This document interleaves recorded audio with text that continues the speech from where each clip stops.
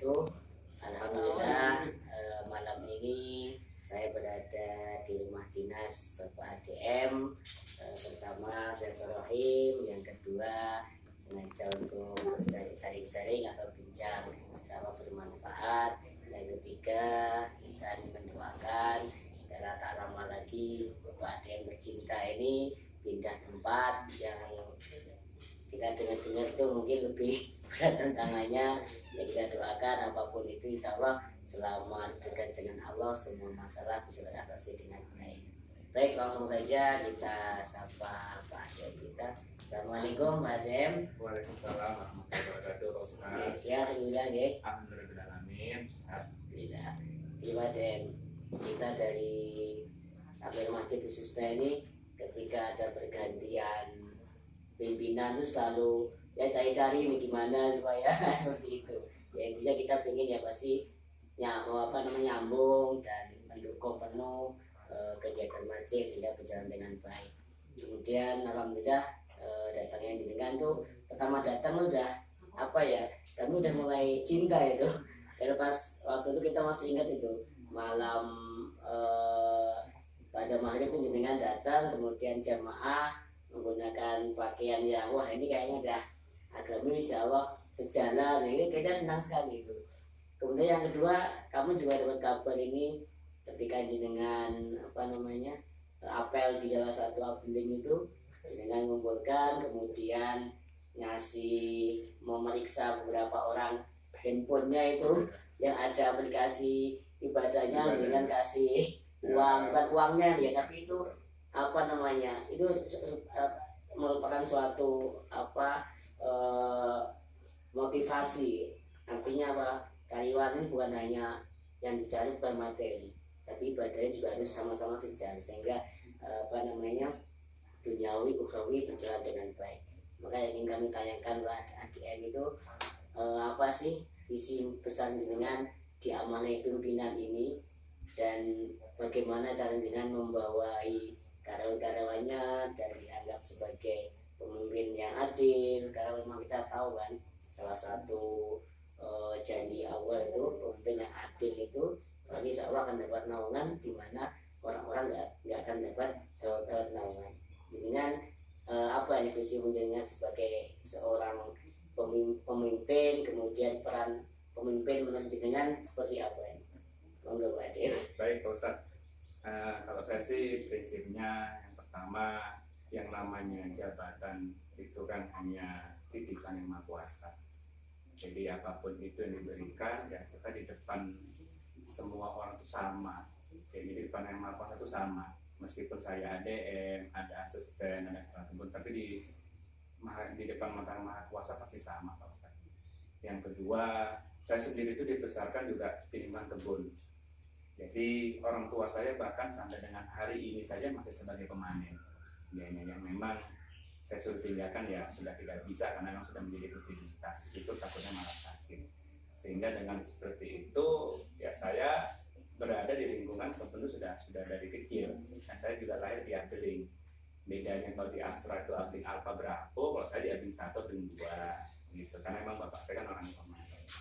Sehingga pada saat saya dengan teman-teman karyawan itu ya saya seperti melihat mereka itu adalah orang tua juga. Tanpa mereka saya tidak akan seperti ini. Tanpa mereka saya juga tidak akan sehat seperti ini tentunya. Makanya saya menganggap mereka adalah orang-orang yang memang mensupport saya, orang-orang yang saya tuakan lah, karena saya seolah-olah melihat orang itu seperti orang tua saya yang saya harus bisa mengayomi dianya. Cuman mungkin beda saja saat kerja dan saat di luar pekerjaan. Kalau untuk keinginan menjadi seorang pimpinan sampai seorang DM, terus terang saja tidak ada di benak pikiran saya. Ini sudah di luar ekspektasi saya. Kalau saya dulu pertama kali masuk di Astra itu tahun 2008 saya diinterview oleh pimpinan Astra. Cita-cita saya hanya sebagai seorang mandor. Karena apa? Karena bapak saya pemanen, jadi saya itu ya saya jadi mandor sudah hebat kan gitu. Nah, sehingga ya makanya saya katakan di luar ekspektasi saya tadi saya bisa seperti ini. Tapi saya selalu mengingat bahwasanya ini hanyalah titipan dari Yang Maha Kuasa. Yang suatu saat di waktu kapanpun, detik kapanpun ini akan diambil suatu waktu. Ya sama seperti kita mati, ya kan? Mati ini nggak ada yang tahu. Nah, ya, kita kembali kepada yang Maha Kuasa pastinya. Yang ketiga, dengan bagaimana saya kedekatan dengan karyawan. Ya saya saat ini sedih kadang-kadang melihat anak-anak orang tua hanya main lewat gadget. Memang menjadi tuntutan. Kalau dulu mungkin menjadi kebutuhan tersier, sekunder, bahkan sekarang menjadi primer atau pokok akhirnya gadget dari mulai sekolah maupun hal yang lainnya. Melihat perkembangan yang ada saat ini secara nasional dan global dengan adanya gadget ini, banyak yang kita dengar yang negatifnya, tidak digunakan yang positif. Salah satunya terkait dengan ibadah. Kadang-kadang orang lari dengan gadget, tahunya hanya apa? Facebook, Instagram, YouTube. Ya meskipun ini tidak semuanya negatif, pasti kan ada positifnya, tapi sangat disayangkan yang sebenarnya semuanya positif tanpa ada unsur negatif. Seperti apa? Salah satunya adalah program-program HP yang bersifat agama. Misalnya ya Islam Pro, kan gitu Pak Ustaz. Al-Quran kita bisa membaca. Sesungguhnya kalau saya lihat kan tidak harus kita tuh pulang ke rumah membaca Al-Quran. Padahal sekarang dengan HP pun bisa. Tapi sangat saya sayangkan beberapa karyawan punya Android, punya paket, tapi tidak memiliki program-program Islamia. Ini saya kadang-kadang, Masya Allah gitu kan, begitu dia hebatnya membawa HP yang mahal, Android update terus status ya kan, ini tetapi tidak ada program-program yang ternyata itu sebenarnya menuntun dia untuk ke akhirat. Karena memang itu ya, orang yang sangat berpengaruh, orang yang dekat sama Allah, ibadahnya rajin, pasti efeknya juga akan kerjaan, akan lebih tanggung jawab, diarahkan lebih mudah, dan akhirnya ya seperti itu, akhirnya kemajuan bersama pun bisa dilaksanakan dengan baik, seperti itu aja. Itu saya kadang-kadang gitu kan, saya tanya itu, ada Facebook, ada Pak, bangga dia nggak tahu ujungnya itu kan, ada Instagram, oh ada Pak, game ada game online, oh pasti kan gitu kan dia. Begitu saya tanya, kamu muslim, ada aplikasi tentang kemusliman. Ini baru nggak ada, baru saya uninstall tadi malam. Nah padahal kan dengan hal itu kita mengingatkan. Contoh saja yang paling sering terjadi Pak Ustaz, Facebook itu kadang-kadang kita mengingatkan ketemu mantan, ketemu kawan SMA di situ kan. Kadang-kadang kan terpikir, oh sekarang dia agak cantik ya. Nah ini kan sudah membuat pikiran saya mulai datang, ya kan Pak Ustaz kan? Tiba-tiba di samping Facebook itu ternyata program Islamia. Nah ini kan mulai nih, ini mau buka yang mana gitu kan? Kan dia akan ingat, ya kan? Nah ini kan harapan kita seperti itu. Nah dan yang terakhir sih, menurut saya sih ya kalau kita memberi yang saya itu sih intinya adalah ya saya memberikan ya sebagai motivasi bahwasanya selain dia menyemangati di dunia dia untuk bekerja, paling tidak kan yang saya berikan, wah lumayan nih untuk beli minum nanti gitu kan, tentunya minum yang baik lah kan, bukan kayak selanjut atau lainnya ya. Nah sambil ya yang namanya kita memberi, insya Allah Tuhan akan membalasnya yang berlebih lah kan begitu. Tapi bukan kita juga berharap seperti itu, tapi yang kita beri ya bermanfaat untuk yang kita. Kayaknya kan kalau dipikir logika sangat ya, sederhana, tapi luar biasa itu dampak spiritual yang terbangun dari itu. Jadi memang jaringan ADM ini nggak pernah terpikirkan menjadi pimpinan satu ya? Tidak pernah. Saya tidak pernah. Jaringan dari awal karir memang dari bawah ya? Dari bawah. Kalau karir saya sih sebenarnya memang tidak Pak Ustaz. Saya memang awal karir tamat kuliah dan saya punya asisten. Namun memang saya dibesarkan di lingkungan kebun karena ya maaf kata ya mama sama bapak saya pun SD pun tidak tamat. Tapi saya punya semangat saat itu ya sebagai seorang mandor. Karena saya melihat dengan mata saya sendiri bahwasannya pada saat mama saya ikut borongan ngisi lardek di bibitan, itu ngisinya kurang penuh ditendang oleh seorang mandornya dan bahkan asistennya. Bapak saya mungkin berondalan tidak bersih, ya itu dimaki-maki gitu kan. Tapi saya berpikir kalau saya akan jadi seperti dia nanti, insya Allah saya akan seperti itu. Karena yang saya katakan ya tidak memanusiakan orang lah. Dan dengan perkembangan zaman saat ini, di zaman saya ini, mungkin zaman kita saat ini ya memang bukan seperti itu lagi tipikal kebun. Ya kita harus menyentuh hatinya. Bagaimana menyentuh hatinya? Tentu satu yang paling pertama dengan agama. Itu pasti menyentuh Pak Ustaz. Kalau kita hanya berpikiran dunia saja, menyentuh hati dengan memberi. kasih duit, kasih premi, kasih lembut, yaitu kata ibarat macan kasih makan dia lulut, begitu makannya habis ngerekam. Ini memang jadinya membangun bukan hanya segi materinya ya, tapi juga agama perlu dijaga sehingga semuanya kan seimbang untuk jalan dengan. Terus gimana dengan ketika tiba-tiba mungkin dikasih amanah ada yang pertama kali apa yang dengan pikirkan gitu? Terus terang pada saat saya diberi amanah ADM diumumkan bahwasanya saya memegang ADM acting di GSIP di awal tahun 2021. Yang saya ingat langsung orang tua. Saya langsung telepon. Ya, saya langsung telepon ke mereka dan mereka nangis. Sekelas orang tua saya yang laki-laki bapak itu nangis. Biasanya ya kok bisa abang anak lanang lah kan gitu loh maksudnya. Bisa sudah diberi amanah gitu. Berarti kamu megang PT kan? Iya. Berapa PT-nya? Informasinya besar di sana. Dia nangis. Ya, kenapa? Karena dia ya dulu ya dia adalah seorang karyawan dan kembali berpesan pada saat itu ya jangan sedikit pun mengambil yang bukan milik kamu meskipun kamu adalah pimpinan yang tertinggi tapi kalau itu bukan hakmu jangan sedikit pun kamu ambil dan ingat sholat bang 5 waktunya ya jangan nangis sama orang tua. Pikiran saya adalah ya Tuhan begitu apa saya katakan pertama itu ya apa ya bos saya kami nggak bisa dibuat kata-kata ya tapi ya intinya ya Tuhan begitu baik dengan saya dan keluarga dengan latar belakang saya yang sebenarnya ya kalau dibilang orang miskin kasih nggak saya katakan ya sederhana dan berkecukupan. Kalau orang bilang miskin kadang-kadang merasa kurang terus Pak Ustadz, tapi kalau kita berkecukupan insya Allah kan berarti apapun yang diberikan oleh Yang Maha Kuasa selalu cukup kan gitu kan. Nah itu jadi ya saya kasih tahu istri saya ini ada amanah baru ya kita jalani dulu mudah-mudahan dengan amanah baru ini pasti akan ada yang bisa kita ambil untuk bisa ke depannya dan mungkin manajemen maupun Yang Maha Kuasa ya mudah-mudahan tidak salah pilih gitu kan untuk mengemban amanah yang baru. Insya Allah nggak salah pilih insya Allah. Jadi ini menjadi pelajaran kita semua bahwasanya kekurangan itu jangan jadikan hambatan untuk kita jauh melangkah. Selama kita ada semangat, kita dekat sama Allah, insya Allah Allah mudahkan. Seperti itu. Terus gimana nih? Kan ini kan sekarang seorang pemimpin. Seorang pemimpin itu kan yang namanya adil ini kan apa ya susah nih kan. Adil seperti apa ini? Kadang di belakang mungkin di depan seperti ini, di belakang seperti itu. Apakah mungkin ada yang ya maaf ngomong jelek seperti itu. Nah ketika jadikan sebagai seorang pemimpin mendengar hal-hal yang menghantam dengan kurang baik seperti apa nih tanggapannya?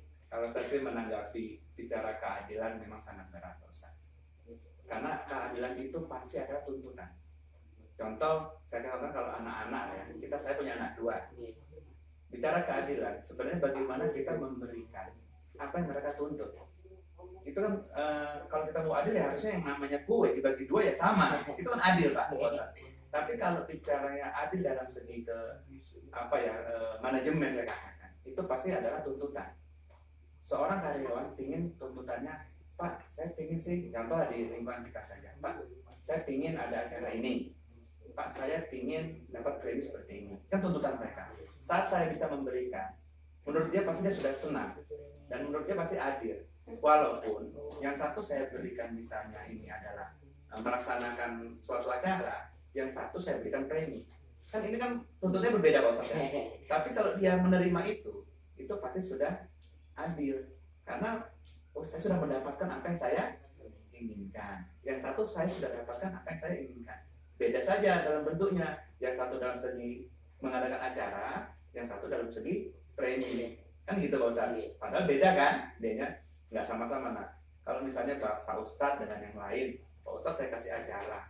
Yang ini nggak minta acara loh padahal, mintanya yang lain. Saya misalnya mintanya ya, saya mengajukan dana Pak gitu kan. Tapi saya nggak mau, saya tetap kamu buat aja acara tapi nggak ada dananya. Beda kan Pak Ustadz? Nah makanya kalau bicara adil itu berat. Tapi bagaimana kita memenuhi tuntutan? Nah, bagaimana saya melaksanakan itu? Ya tentunya saya akan menampung apa yang menjadi masukan dan saya tidak batasi siapapun orangnya. mau dia sekelas pemanen saja, kalaupun dia memang itu menjadi salah satu masukan buat saya akan terima. Karena bagaimanapun Pak, mereka juga adalah orang-orang, kembali yang pertama saya bilang, tanpa mereka saya tidak akan sukses. Dan biasanya kelemahan orang itu lupa akan orang yang paling bawah, karena dia selalu melihat ke atas. Padahal ya mereka tadi ini juga punya ide loh Pak Ustadz. Makanya saya sering traveling ya. Salah satu dari hobi saya burung, mancing. Saya dekat dengan mereka. Pak nih Islam ini loh Pak. Oh iya ya, benar. Ternyata apa? Bisa jadi pimpinan dia tadi itu nggak tahu Pak apa keinginan dia. Karena pada saat dia menyampaikan langsung ditolak, tidak diterima. Apa sih kamu?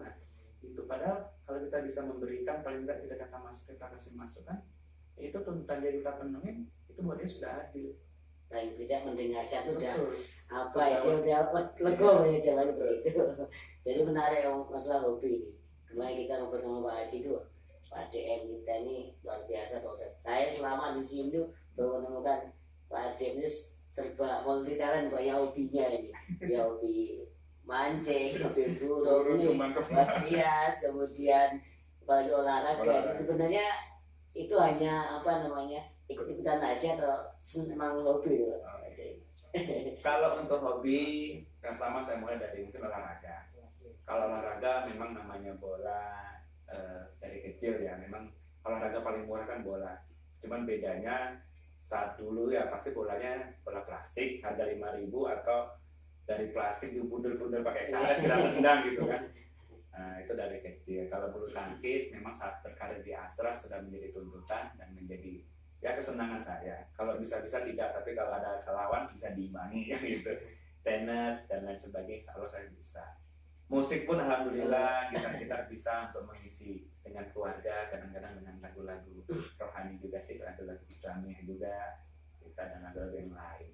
Nah untuk burung itu memang dari kecil. Karena saya setiap pulang sekolah kadang-kadang suka kabur dari rumah. Itu ya cari burung. Nah, dari burung saya pelihara. Gitu. Jadi udah kebawa dari kecil ya buat apa kita harus malu dengan hobi kita. Apa sih Pak, sudah ada yang harus cari-cari burung, kan tinggal misalnya beli atau ngambil saja kan gitu. Oh tidak, saya tidak seperti itu. Tapi namanya hobi itu ya contoh ini ketilannya saya dapat di depan Pak. Lagi bawa makanan, saya ambil, saya kasih makan sampai besar, ambil jinak. Dan saya juga pernah tanyakan sebenarnya pelihara burung seperti apa hukumnya, nah gitu kan. Saya belum sempat cari sama Ustaz sebenarnya, tapi saya pernah nanyakan prinsipnya ya memang sebenarnya kita tahu lebih baik hidup di area yang bebas kan gitu kan, tapi ya hobi itu menjadi ini saya daripada di saat seperti ini kita ngomongin orang atau berbuat yang tidak ya mendingan saya ngurusin burung nyari libur. Hobi itu kan sesuatu yang nggak bisa dijelaskan, hanya orang yang merasakan itu aja bisa. Mancing itu sudah dari kecil juga mancing, cuman mungkin naik kelas saja. Kalau dulu mancing dengan gagang dari sawit dibersihkan, sekarang bisa beli gagang gitu. Nah, jadi terkait hobi memang sudah dari kecil saya jalanin sehingga lambat laut dan lingkungan ya. Seperti apa lingkungan, salah satunya adalah olahraga seperti bulu tangkis yang itu dulu nggak bisa beli, begitu kerja bisa beli raket. Nah kan itu. Kalau dengan kembang-kembang ini sebenarnya memang mengikuti tren saja. Salah satu tren pada saat COVID menyerang di rumah itu mancing kadang nggak sempat. Kalau udah malam ngapain cari penyakit mancing. Burung juga sudah pada tidur. Lihat kawan, memang awalnya ada tetangga juga kepala kebun, dia hobi kembang. Buat saya ini bagus juga sih sebenarnya. Saya buat justru lama-lama saya lebih jago dari dia. Kok bisa motif-motif lah.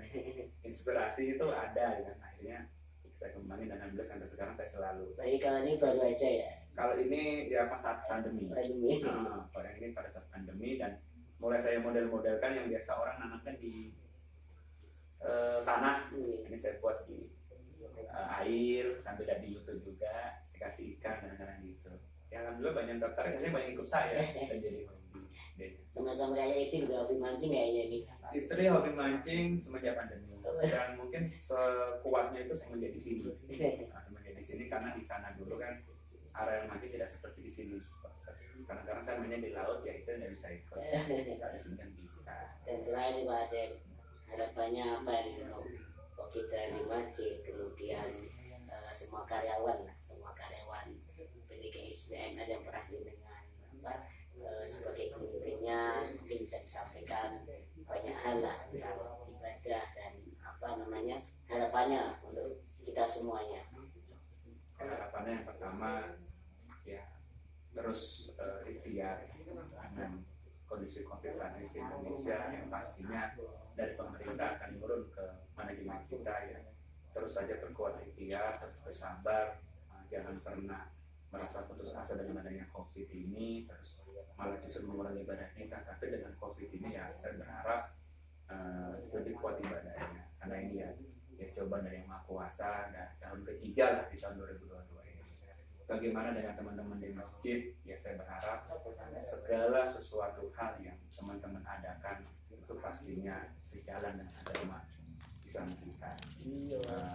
Kalau biayanya itu kita laksanakan, kita ada di jalan Yang Maha Kuasa, ya pasti Tuhan akan meridhoi, pasti akan mengabulkan.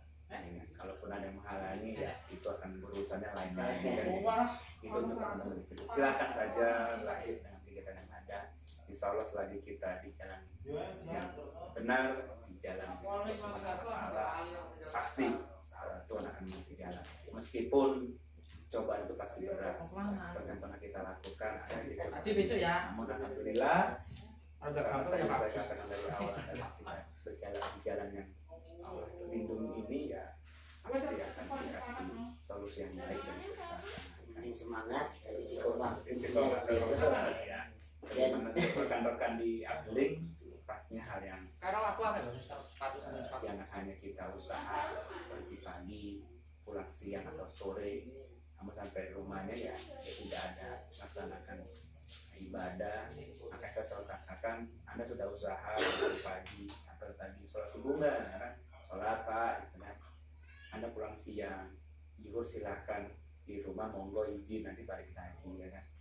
Sebelum bubar tadi juga ada doa, kan? Tapi kadang-kadang ya itu kami tidak berbuat dengan yang 5 waktunya. Ini harus Anda berbuat semuanya, saya katakan seperti itu.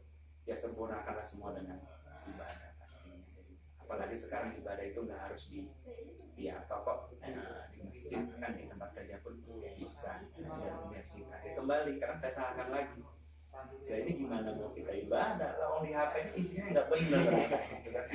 Ya pasti menambah lagi ya. Iya gitu, makanya itu harapan saya Pak Ustadz, lanjutkan kegiatan kita di masjid kita, terus ramaikan saja, yang mudah-mudahan COVID segera berlalu, teman-teman juga semakin guyup di masjidnya, masjid kita juga akan semakin luas dan pastinya tambah ramai lah. Insyaallah. Terima kasih Pak Adem atas semua sarannya. Kita doakan semoga Pak Adem pun di tempat yang baru bisa melaksanakan dengan baik tanggung jawab, dan Allah senantiasa melindungi, meridhoi langkah jenengan sehingga benar-benar semua urusan, semua masalah kita mudahkan semua.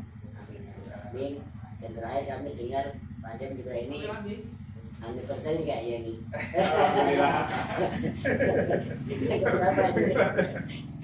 Yang berapa dia? Ini udah yang ke-12 tahun kita bersama dengan saya dan istri.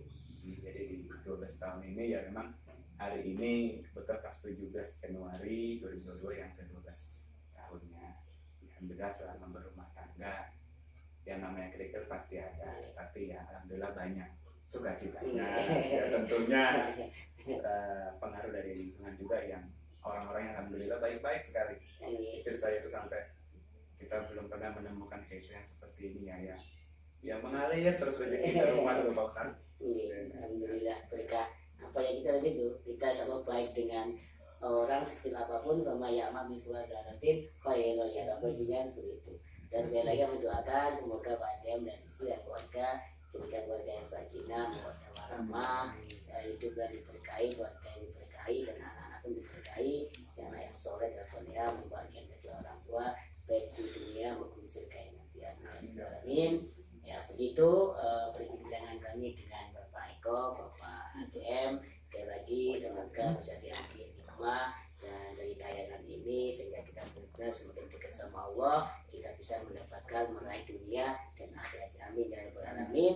Terima kasih atas semuanya. Assalamualaikum warahmatullahi wabarakatuh. Waalaikumsalam.